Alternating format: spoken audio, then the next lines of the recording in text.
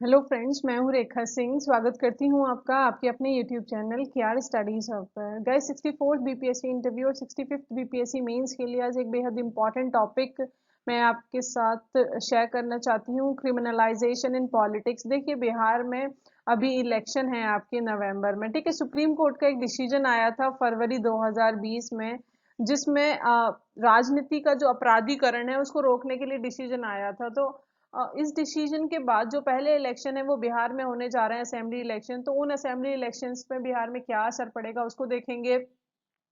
और जो आपका अपराधीकरण है, राजनीति में जो अपराधीकरण है उसको कैसे कम किया जा सकता है, उसके क्या इफेक्ट हैं, उसका क्या प्रभाव समाज पे पड़ता है, लोगों पे पड़ता है, आम जनता पे पड़ता है, उसे कैसे कम किया जा सकता है। कास्ट का क्या रोल है इंडियन पॉलिटिक्स में और स्पेशली बिहार में, इसको देखेंगे। बहुत इंपॉर्टेंट क्वेश्चन है और अक्सर इंटरव्यू में पूछ लिया जाता है।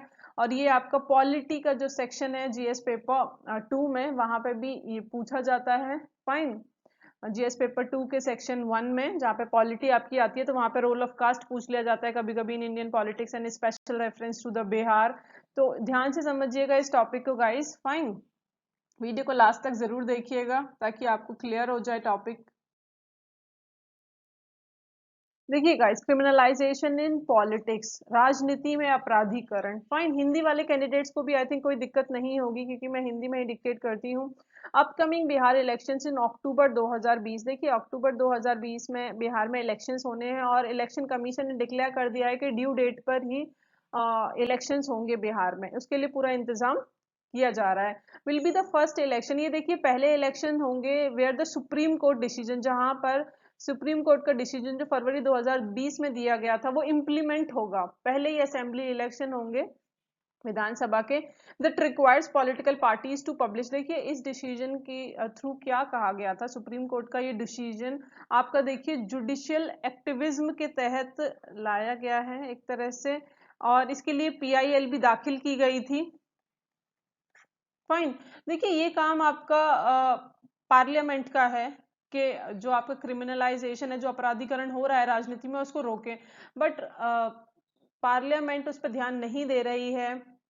फाइन। इसीलिए सुप्रीम कोर्ट को इसके लिए डिसीजन लाना पड़ा, इसको कर्व करने के लिए। क्या था इस डिसीजन में? That requires political parties to publish the.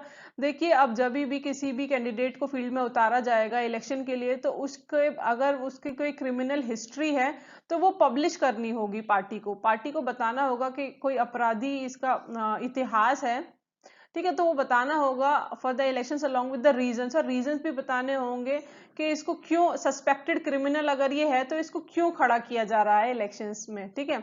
This judgement also requires, ये जो जजमेंट है इसके थ्रू सच इंफॉर्मेशन मैंडेटरीली। देखिए, मैंडेटरीली शब्द का यहाँ पे इस्तेमाल किया गया है। बी पब्लिश्ड लोकल मीडिया में, जो लोकल न्यूज़पेपर्स होंगे, नेशनल न्यूज़पेपर्स होंगे, वहां उस कैंडिडेट की क्रिमिनल हिस्ट्री दी जाएगी, as well as the party social media handles. और पार्टी के जितने भी सोशल मीडिया हैंडल्स होंगे, जैसे ट्विटर, आपका फेसबुक, इस सब के जो सोशल मीडिया हैंडल्स होंगे, वहां भी उस कैंडिडेट के बारे में जानकारी देनी होगी पार्टी को। तो ये जजमेंट सुप्रीम कोर्ट का आया था फरवरी 2020 में। If a political party fails to comply, अगर कोई पॉलिटिकल पार्टी ऐसा नहीं कर पाती है जैसे सुप्रीम कोर्ट ने कहा है, it would be in the contempt of the court. Supreme court, इसको सुप्रीम कोर्ट की अवमानना माना जाएगा, सुप्रीम कोर्ट का कंटेम्प्ट माना जाएगा, ठीक है। इट इज नॉट क्लियर, अभी ये नहीं क्लियर किया गया है कि पेनल्टी क्या होगी इसके, अगर इसको कंप्लाई नहीं किया जाएगा, इस ये जो डिसीजन आया है, जजमेंट आया है, इसको नहीं माना जाएगा तो क्या पेनल्टी मिलेगी, ठीक है। ये क्लियर अभी नहीं किया गया है।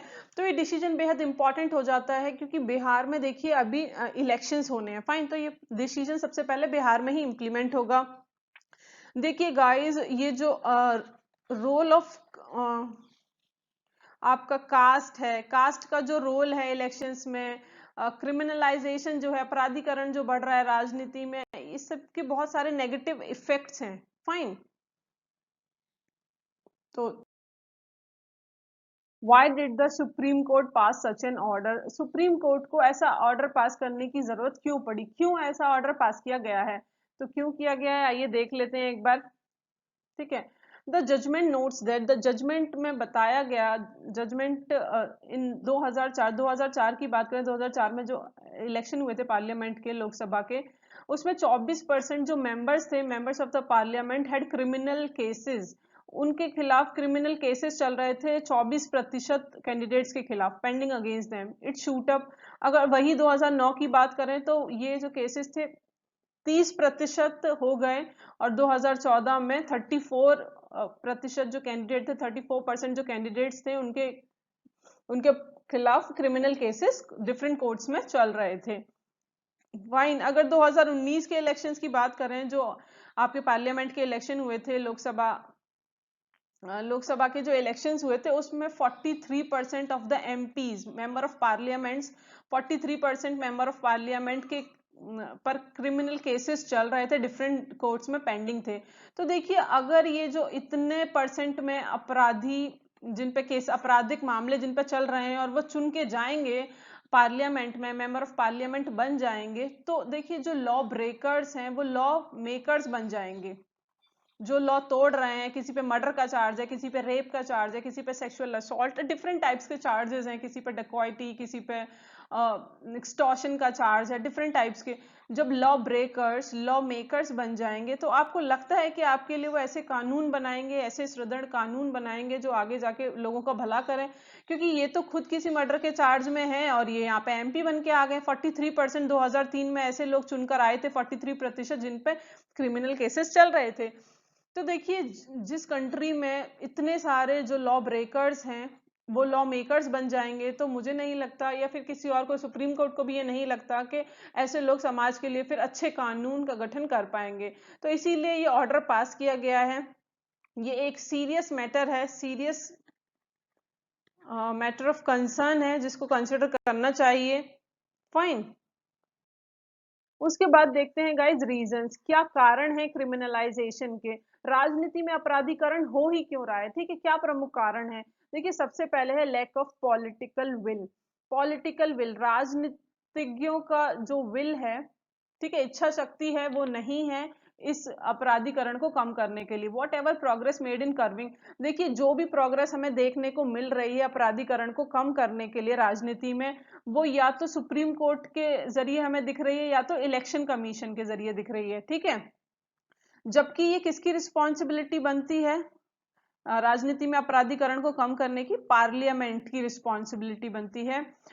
ठीक है, पार्लियामेंट की रिस्पॉन्सिबिलिटी बनती है ये, कि जो आरपीए एक्ट है आपका 1951 का, जिससे आपका रिप्रेजेंटेटिव ऑफ पीपल्स एक्ट कहते हैं, इसको अमेंड करके ऐसा लॉ लाया जाए जो डिस्क्वालिफिकेशन ऑफ कैंडिडेट्स के साथ डील कर। देखिए, जिनके भी खिलाफ क्रिमिनल चार्जेस हैं, जितने भी कैंडिडेट्स हैं जिन पे क्रिमिनल चार्जेस हैं, उनको डिस्क्वालिफाइड कर दिया जाए, सिंपल। इस लॉ में, ये जो एक्ट है, इसमें अमेंडमेंट करके जितने भी कैंडिडेट ऐसे हैं जिन पे क्रिमिनल चार्जेस चल रहे हैं, उनको डिस्क्वालिफाइड कर दिया जाए। आरपी एक्ट, ठीक है, to amend the representations of the people act 1951 which deals with the disqualification of candidates against whom charges has been proved in court for the serious offences. Right. तो guys, यहाँ पे lack of political will सबसे बड़ा कारण है। जो भी करते हैं, इलेक्शन कमीशन करते हैं, सुप्रीम कोर्ट के डिसीजंस कभी कभी उनका पालन पूरी तरह से नहीं किया जाता। इलेक्शन कमीशन भी कई बार रिफॉर्म्स लेकर आता है, बट इलेक्शन कमीशन के भी जो रिफॉर्म्स होते हैं उनको पूरी तरह से इंप्लीमेंट नहीं किया जाता। लैक ऑफ इन्फोर्समेंट, देखिए दूसरा पॉइंट ही है लैक ऑफ इन्फोर्समेंट, पूरी तरह से जमीनी स्तर पर लागू ना करना। इलेक्शन कमीशन के जो जजमेंट्स हैं या फिर जो रिफॉर्म्स हैं, जो बदलाव इलेक्शन कमीशन लेकर आया अपराधीकरण को रोकने के लिए, several laws and court judgment, देखिए बहुत सारे लॉज बनाए गए, कोर्ट के जजमेंट भी आए, हैव नॉट हेल्प मच, ज्यादा इससे मदद नहीं हो पाई due to lack of enforcement of laws and judgement. Example, देखिए आपका कोड ऑफ कंडक्ट भी है, कोड ऑफ कंडक्ट लगाया जाता है इलेक्शंस के समय पर। आप कितनी ही बार देखते होंगे जब इलेक्शंस का समय आता है तो मॉडल कोड ऑफ कंडक्ट का वायलेशन होता है। ठीक है, दिल्ली में भी हुआ, दिल्ली के जब इलेक्शंस हुए, हेट स्पीच देते हैं नेता भाषण के समय, ठीक है, तो मॉडल कोड ऑफ कंडक्ट का भी वायलेशन होता है। तो ये सारे जो आपके लॉज हैं, जजमेंट्स हैं, इनका प्रॉपर इन्फोर्समेंट होना भी ना होना प्रॉपर एक कारण है प्रमुख क्रिमिनलाइजेशन के पीछे। उसके अलावा नैरो सेल्फ इंटरेस्ट, देखिए कुछ मेजर चंक ऑफ वोटर्स, कुछ वोट देने वाले लोग ऐसे भी हैं जिनका नजरिया काफी छोटा होता है। They tend to vote through a narrow prism. Of community interest. देखिए वो अपनी कास्ट का, अपनी कम्युनिटी का भला देखते हैं, उनको लगता है कि इस पर्टिकुलर कम्युनिटी या इस पर्टिकुलर कास्ट के नेता को चुन के लाएंगे तो वो हमारा भला करेंगे, बट ऐसा तो होता नहीं है, वो अपना ही भला करते हैं उस 5 साल में। इससे क्या होता है, इनइक्वालिटी समाज में फैलती है, ठीक है, इनइक्वालिटी फैलती है, सोशल इनएक्सेप्टेबिलिटी आ जाती है, करप्शन हमें देखने को मिलता है। तो यहाँ पे सिर्फ यहाँ पे विफूलिंग भी की जाती है, एजेंडे से लोगों को भड़काया जाता है। देखिए जो प्रमुख एजेंडा है जिनको साधना चाहिए इलेक्शन के समय, वो शिक्षा है, वो स्वास्थ्य है, वो इंफ्रास्ट्रक्चर है, वो एम्प्लॉयमेंट है, बट उन सबसे भटका के कास्ट पे, रिलीजन पे, धर्म पे, जाति पे, इस सब पे खेलते हैं हमारे जो पॉलिटिशियंस होते हैं। और जो कुछ वोटर्स होते हैं, मेजर ज्यादातर वोटर्स तो आजकल पढ़ लिख गए हैं, तो वो अपने वोट का, अपने मत का सही इस्तेमाल करते हैं, बट कुछ वोटर्स आज भी ऐसे हैं जो जाति पे, धर्म के नाम पर वोट देते हैं। तो यहाँ पे इनकी भी गलती है। उसके अलावा use of muscle and money power. देखिए इस तरह के जो अपराधी वर्ग के जो पॉलिटिशियंस हैं, वो मसल पावर का, ठीक है, और मनी का इस्तेमाल करते हैं इलेक्शंस के समय में, ढेरों पैसा उड़ाते हैं, वोटर्स को लालच देते हैं कि इतना पैसा दिया जाएगा, तुम्हें स्कूटर दिया जाएगा, तुम्हें साड़ी दी जाएगी, तुम्हें कार दी जाएगी, इस तरह के फ्रीबीज वो बांटते हैं इलेक्शन के समय में। तो उस छोटे से लालच में लोग आ जाते हैं और बाद में वो पूरा 5 साल सफर करते हैं, उनके क्षेत्र में ना कोई विकास हो पाता है, ना कोई शिक्षा, ना कोई रोजगार, ना कोई स्वास्थ्य की सुविधाएं। तो उन सब के जाल में भी नहीं फंसना चाहिए, एक भी प्रमुख कारण है ये आपका, ठीक है।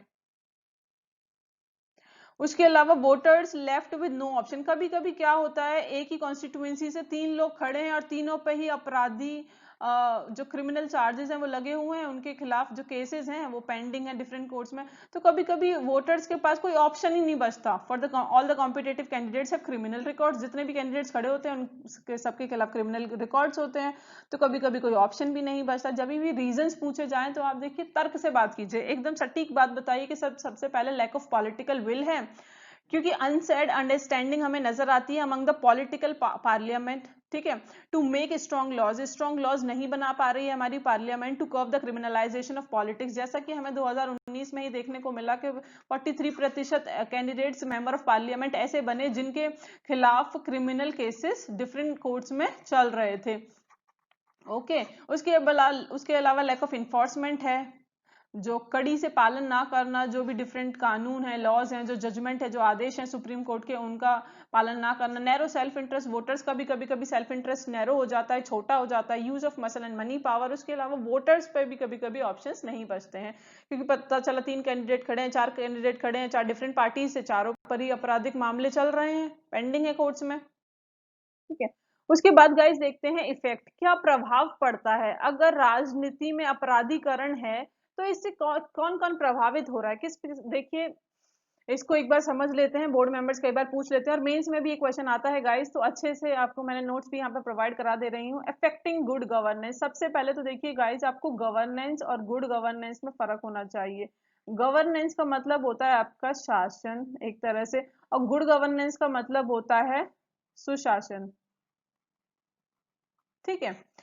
तो सबसे पहले इससे गुड गवर्नेंस इफेक्ट होती है। अगर देखिए राजनीति में अपराधी वर्ग के लोग जाएंगे, जो लॉ ब्रेकर्स हैं, जो कानून को तोड़ते हैं, वही कानून बनाने वाले बन जाएंगे, लॉ मेकर्स बन जाएंगे। तो देखिए उनसे दूसरे लोगों के, जो अपराधी वर्ग के लोग हैं, उनके हौसले बुलंद होंगे कि उसके ऊपर तो इसका चार्ज चल रहा है, ये क्रिमिनल चार्ज चल रहा है, वो तो पार्लियामेंट में बैठा है, वो तो लेजिस्लेटिव असेंबली में बैठा है, तो कोई दिक्कत नहीं है। Problem arises when law breakers, देखिए मैंने यहाँ मेंशन भी किया है, प्रॉब्लम जब अराइज होती है जब लॉ ब्रेकर्स, कानून को तोड़ने वाले, लॉ मेकर्स बन जाते हैं, कानून बनाने वाले बन जाते हैं। This effect the efficacy of the democratic process.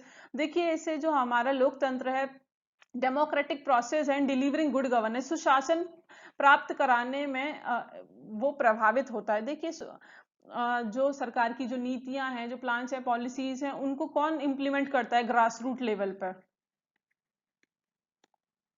आपके ब्यूरोक्रेट्स करते हैं, सिविल सर्वेंट्स करते हैं, पब्लिक सर्वेंट्स करते हैं, ठीक है। तो देखिए सबसे ज्यादा अगर अपराधी वर्ग के लोग राजनीति में आएंगे तो वो सबसे ज्यादा अफेक्ट किसको करते हैं? पब्लिक सर्वेंट्स को, सिविल सर्वेंट्स को। जब भी वो कुछ अच्छा काम करने के लिए निकलते हैं, कोई काम करते हैं ईमानदारी से, तो ये जो क्रिमिनल वर्ग के जो पॉलिटिशियंस होते हैं, ये इन्हें रोकते हैं, आके इनको काम नहीं करने देते हैं अच्छे से। कई बार इनके ट्रांसफर्स कर देते हैं, सस्पेंशन लेटर्स आ जाते हैं, ट्रांसफर लेटर्स आ जाते हैं, कभी इन्हें प्रेशराइज किया जाता है। तो देखिए पब्लिक सर्वेंट्स अगर फ्रीली काम नहीं कर पाएंगे, ब्यूरोक्रेसी पर अगर इतना दबाव रहेगा, तो प्लान्स पॉलिसीज का इंप्लीमेंटेशन जन जन तक नहीं पहुंचेगा, सुशासन हमें देखने को नहीं मिलेगा। तो ये बहुत इंपॉर्टेंट है कि जो राजनीति से अपराधीकरण को खत्म किया जाए, ताकि जो पब्लिक सर्वेंट्स हैं, जो सिविल सर्वेंट्स हैं, वो ईमानदारी से और निडर होकर अपना काम कर सकें। उसके अलावा कॉजेज सोशल डिसहार्मनी, इससे फिर सामाजिक सौहार्द जो है वो भी खराब होता है। ठीक है, इंट्रोड्यूसिंग अ कल्चर, इससे कल्चर ऑफ वायलेंस डेवलप हो जाता है सोसाइटी में, जिससे क्या होता है, एक बैड प्रेसिडेंट तैयार हो जाता है फॉर द यूथ, युवाओं के लिए टू फॉलो। युवा सोचते हैं अगर उसके ऊपर इतने क्रिमिनल चार्जेस और वो विधान सभा का मेंबर बन सकता है, मेंबर ऑफ पार्लियामेंट बन सकता है, तो हम क्यों नहीं। एंड रिड्यूसेस पीपल्स फेथ, और लोगों का जो फेथ है डेमोक्रेसी में, लोकतंत्र में, जो लोगों का विश्वास है वो खत्म होने लगता है, कम होने लगता है as a system of governance. तो ये कुछ इफेक्ट्स हैं जो इंपॉर्टेंट है गाइस, इनको देख लीजिएगा, जब भी पूछा जाए तो आपको बताना है। और क्रिमिनलाइजेशन, राजनीति में अपराधीकरण के खिलाफ आपका जीरो टॉलरेंस होना चाहिए। जब भी आपसे पूछा जाए तो आपको बताना है कि सर इसके लिए स्ट्रॉन्ग लॉज बनाए जाएं हमारे पार्लियामेंट के द्वारा, ताकि क्रिमिनल्स को एंट्री ही ना मिले, जिनके ऊपर भी क्रिमिनल्स रिकॉर्ड चल रहे हैं, जब तक उनको क्लीन चिट ना मिल जाए, उनके सारे क्रिमिनल केसेस खत्म ना हो जाए, उनको क्लीन चिट ना मिल जाए कि उनके ऊपर कोई भी आपराधिक मामला पेंडिंग नहीं है और वो किसी भी मामले में उनको दोषी नहीं पाया गया है, तब तक उन्हें टिकट नहीं मिलनी चाहिए लड़ने के लिए। ठीक है, वे फॉरवर्ड क्या हो सकता है गाइस, देखिए हम क्या क्या कर सकते हैं, मैं ये आपको बता देती हूँ। फाइन, देखिए strengthening of the election commission, सबसे पहले तो देखिए इलेक्शन कमीशन को स्ट्रेंथन करने की जरूरत है। इलेक्शन कमीशन अगर मजबूत होगा तो अपराधियों को रोक सकता है। ठीक है, राजनीति में आने से। देखिए इलेक्शन कमीशन के पास पावर होती है to register a political party, political party को रजिस्टर करने के लिए, बट ये तो पार्टी नहीं, ये तो पावर नहीं होती है इलेक्शन कमीशन के पास कि डी रजिस्टर कर सके। फाइन, तो इस हमें जो हमारा इलेक्शन कमीशन है उसको स्ट्रेंथन करने की जरूरत है। Regulating the affairs of A political parties essential, जो अफेयर्स हैं पॉलिटिकल पार्टीज के उनको रेगुलेट करना बहुत इंपॉर्टेंट है for a cleaner electoral process. अगर हमें क्लीनर इलेक्टोरल प्रोसेस चाहिए तो इलेक्शन कमीशंस को हमें थोड़ी और पावर देनी होगी।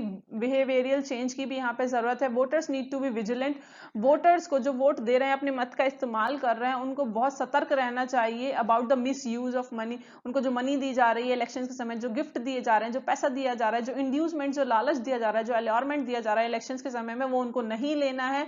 उनको अपने मत का सही इस्तेमाल करना है। अगर 5 साल उनको अपने क्षेत्र में सुशासन चाहिए या फिर विकास चाहिए, तो अपने मत का अच्छा इस्तेमाल करना चाहिए। इसलिए वोटर्स में अवेयरनेस की बहुत जरूरत है।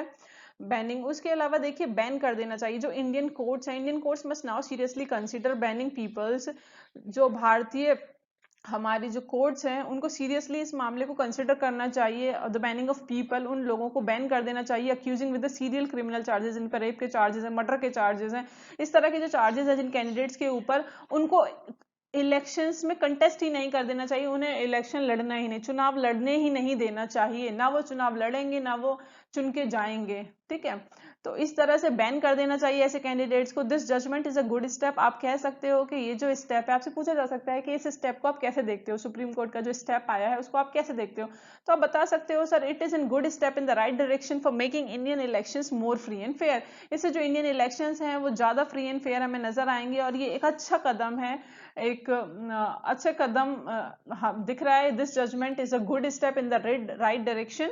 ये सब आप बता सकते हो। फाइन, बोर्ड मेंबर्स जब आपसे पूछें। आई थिंक गाइज आपको क्लियर हो गया होगा ये टॉपिक। मैं आजकल थोड़ा सा बिजी हूँ गाइज, इसीलिए मैं आपके लिए जल्दी वीडियोस अपलोड नहीं कर पा रही हूँ, सॉरी फॉर दैट, बट मैं कोशिश पूरी करूंगी आपके लिए जल्दी से वीडियोस अपलोड करने की। Thank you so much. Video पसंद आए तो लाइक कीजिएगा। आपके कोई भी डाउट्स है तो कमेंट सेक्शन में मुझसे लिखकर पूछ सकते हैं।